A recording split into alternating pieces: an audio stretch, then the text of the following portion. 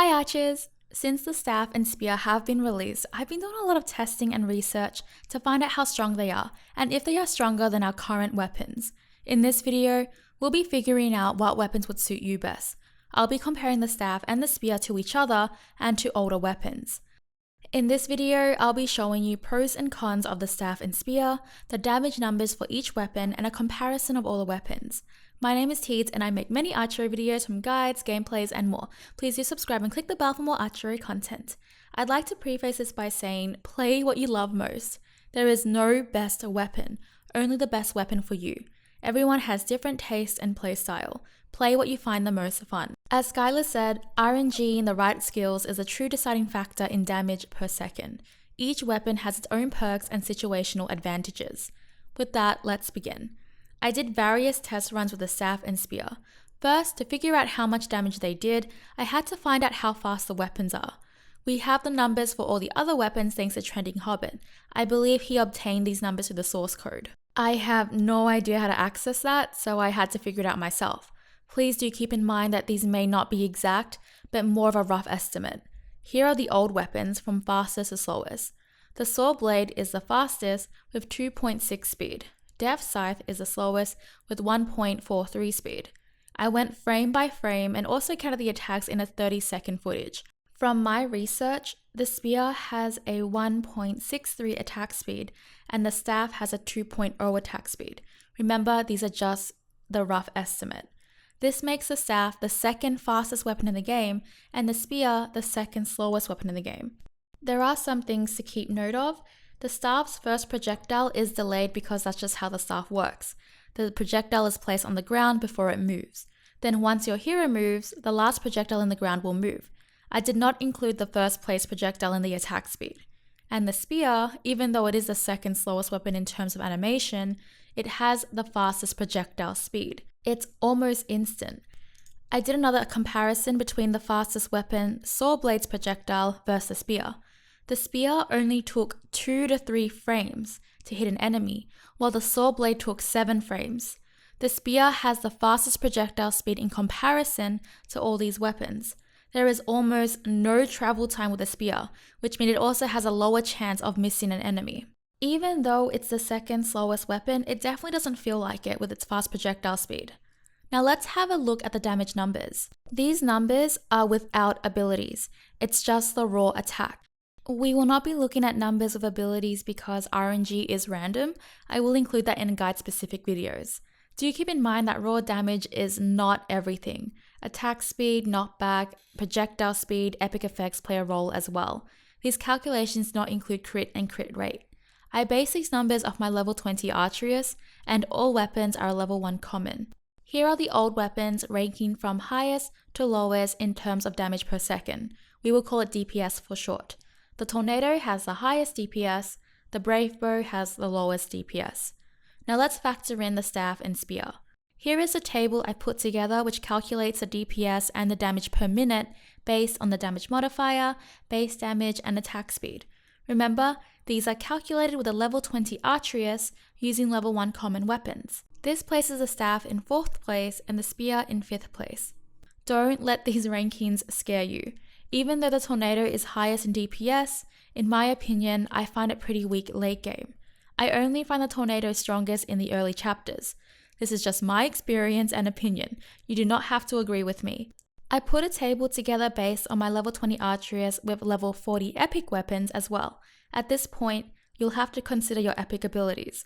Here is a table of each weapon's epic abilities. So with the staff, the epic ability is the lower the target's HP, the higher the critical chance. And with the spear, the epic ability is when attacking the same target type, damage dealt is increased. Let's talk about the spear first. With the spear, the damage is increased by 6% each time, and the increase is additive. It increases to a maximum of 5 times or 130%. So after 5 times, it will not increase anymore. With Archero's description, I had the wrong idea of how the epic ability works. I initially thought you had to attack the same monster. So like if you had a bee monster, you have to keep attacking bees to increase the damage. But after further testing, now I know it is based on target type. So for example, ground types, flying types, ranged, and melee. I'm not sure if it's only ground or flying or vice versa, but it is based on types, which makes the spear a lot stronger than I thought. Another thing about the staff that I wanted to talk about is that it is currently glitched, or at least I think it's glitched and it's not a bad glitch. Sometimes a projectile actually goes through walls. It's happened multiple times to me. Initially, I thought it only happened with the Christmas event because the walls are a little separate, but it happened in chapter 11, and I was like, okay, this is a thing. I'm sure it's just a glitch though, so it may be fixed soon.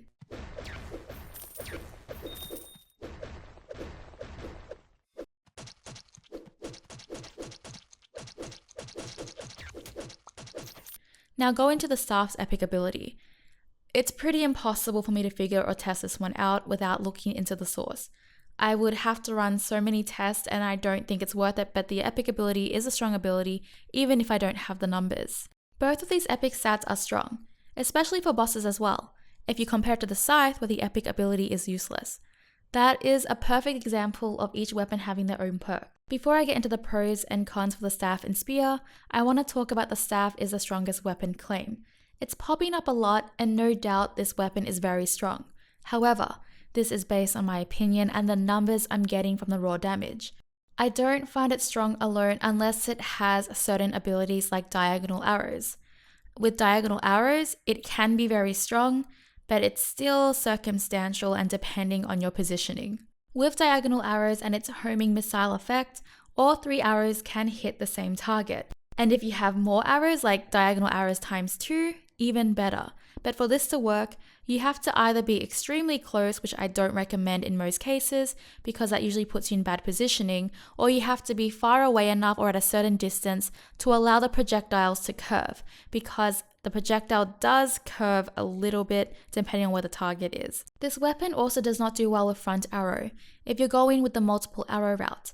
Because front arrow reduces the damage of your other arrows just to give you an extra arrow, it might not be worth it. Basically, if you're trying to get diagonal arrows, bouncy walls, side walls, etc., front arrow would reduce the damage of all your arrows. I am still testing this though. Other than that, this is my personal opinion. I only find this weapon strong with certain abilities, but only by itself, I do not like it that much. Now that we have that out of the way, I'll quickly go through the pros and cons of the staff and spear. I want to note that with the staff and spear, it is not 100% figured out yet. I am still testing the interactions with attack boost, crit boost, and so on. That will all be included in the individual guides. Right now, this is everything I found and researched. The specifics will take a little longer. So first, the staff. Pros, extremely strong with certain abilities. These abilities include all multiple arrows, especially diagonal arrows, bouncy wall, multi-shot, and attack boost. Basically, the more arrows, the better. With diagonal arrows, it can hit the same target. It is the second fastest weapon in the game if you don't include the delay. It can follow targets. It has a decent knockback. With diagonal arrows, its lower tier can be stronger than the higher tier older weapons. Projectiles can curve around walls if positioned right. The cons. It's only really strong if it has at least diagonal arrows. It is reliant on certain abilities, but it's good to know that some of these abilities are not rare and drop quite frequently. You have to be at a certain distance for all projectiles to hit with diagonal arrows. Does not work well with one of the best abilities in the game, and that is front arrow. However, as I said earlier, I do not have the exact numbers for this yet. This will be included in the individual guide. It has an initial delay. In my experience, I found it hard to reposition myself and attack due to its initial delay, which meant I had a lot of trouble with melee monsters. Because the attack was so slow, I had to run very, very far away just so I can get an attack out to the melee monsters. If you have all the abilities like diagonal, side, bouncy, it can be hard to see the monsters and their attacks. Now, the spear. Pros, an almost instant projectile. Does extremely well with top tier abilities, but I found it really strong with ricochet because it was just so quick and so instant. Lowest chance to miss monsters due to again its almost instant hit. Has a pretty good glitch where you can fire through walls, but it happens rarely and probably will be fixed soon. Even though it's the second slowest attack speed in the game, the instant projectile makes up for it. Cons, weakest knockback in the game. Second to the tornado, which doesn't have a knockback. However, this can be countered if you have multi-shot. Otherwise, Weak knockback means you will struggle more with melee monsters.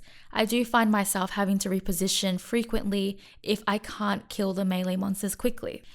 Can be hard to start a set with, but it's definitely possible and it makes it even stronger. You'll just have to practice a little longer.